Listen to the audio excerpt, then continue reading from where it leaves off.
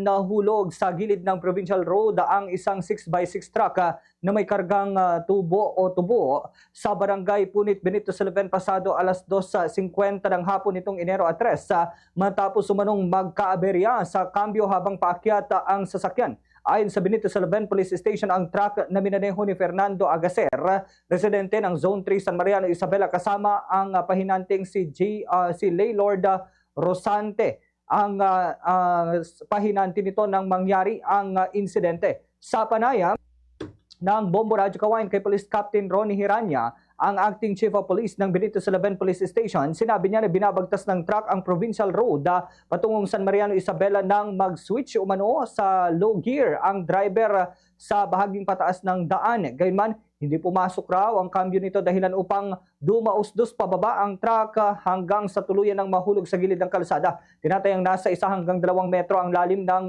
pinagkahulugan ng truck. Nilinaw naman ng pulisya na hindi malubha ang tinamong sugat ng driver at pahinante. Inaalam na rin ng mga otoridad ang posibilidad na overloading ang isa sa mga naging sanhi ng aksidente. Samantala, nagpaalala naman si Police Captain Hiranya sa lahat ng mga motorista na mag-ingat sa pagbiyahe sa mga kalsada sa Benito Silven, lalo na sa mga nagmamaneho ng malalaking truck na may kargang tubo. Anya, mahigpit na ipinapatupad ang ordinansa ng bayan na dapat takpan ng net ang mga tubo upang maiwasan ang pagkalaglag ng karga na maaaring magdulot ng aksidente. Ganito ang bahagi ng pahayag ni Police Captain Ronnie Hiranya.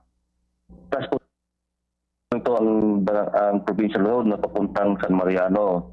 Naglalamang nga po ito ng tubo na dadalhin po sa may ethanol. And then accordingly, ma'am, nung papakyat na siya, nag-logger po daw po itong driver ng truck, nasabing truck, kaya lang nung hindi na po niya maipasok yung kambyo, kaya yun po, tumastos na po siya patras pababa. Kailangan po nilang takpan or lagyan man lang po siya ng net yung dinadalang mga ilaning tubo para naman maiwasan po yung mga nalalaglag na mga tubo, ma'am, at baka magkasani pa ito ng aksidente po sa mga kasamahan po natin mga motorista, sa mga kababayan po natin nagmamaneho po. Sa Radyo Bombo!